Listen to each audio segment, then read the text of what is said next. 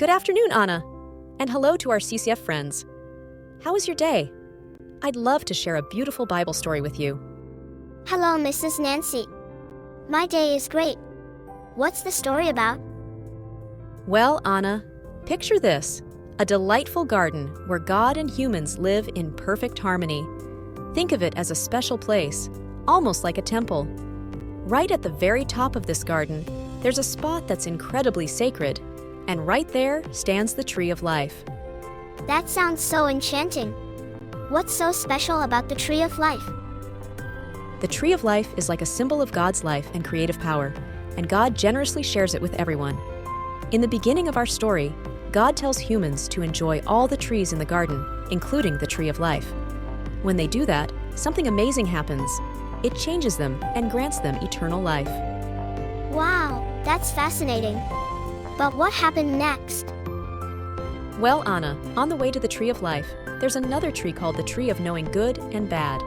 God gives a strong warning that eating from it leads to death. But Mrs. Nance, why? Because it's about humans deciding for themselves what's right, and that can lead to problems, violence, and death. Both trees may look enticing, but one of them is deceptive. Sadly, humans make the wrong choice, and they have to leave the garden. Oh, that's quite a twist.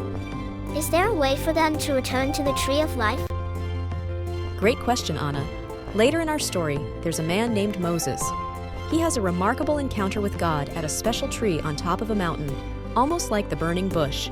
This tree is brimming with God's life and power, just like the Tree of Life.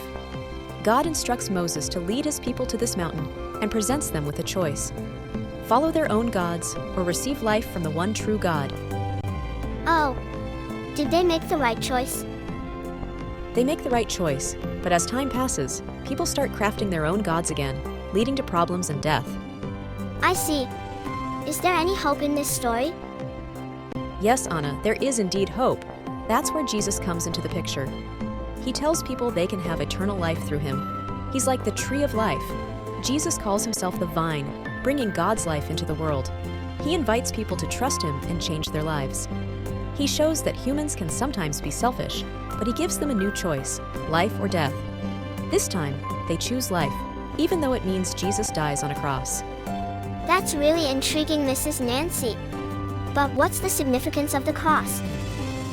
Well, Anna, the cross illustrates how sometimes people insist on deciding what's right, even when it's wrong.